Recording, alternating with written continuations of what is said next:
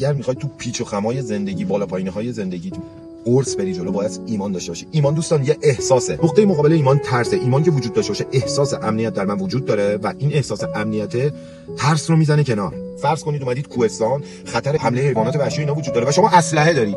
این اسلحه احساس امنیت برای شما ایجاد میکنه که اگه چیزی حمله کرد من ازش استفاده میکنم، قطعا محافظت میکنم از خودم. حالا تنها ترس شما میشه که اتصالتون با این اسلحه رو از دست بدید، یعنی این اسلحه رو دیگه نداشته باشید. من بارها شبها کوه اومدم و تنهایی تو کوهستان موندم و دیدم در برابر اتفاقاتی که تو کوهستان ممکنه برای من بیفته ناچیز هستم. یک چیزی رو من پیدا کردم و احساس میکردم که یک چیزی هست که من رو در مقابل پرت شدن از کوه، در مقابل حمله حیوانات وحشی، در مقابل بلایای طبیعی که ممکنه تو طبیعت وجود داشته باشه داره حفاظت میکنه. من اینو با تمام وجودم لمس کردم.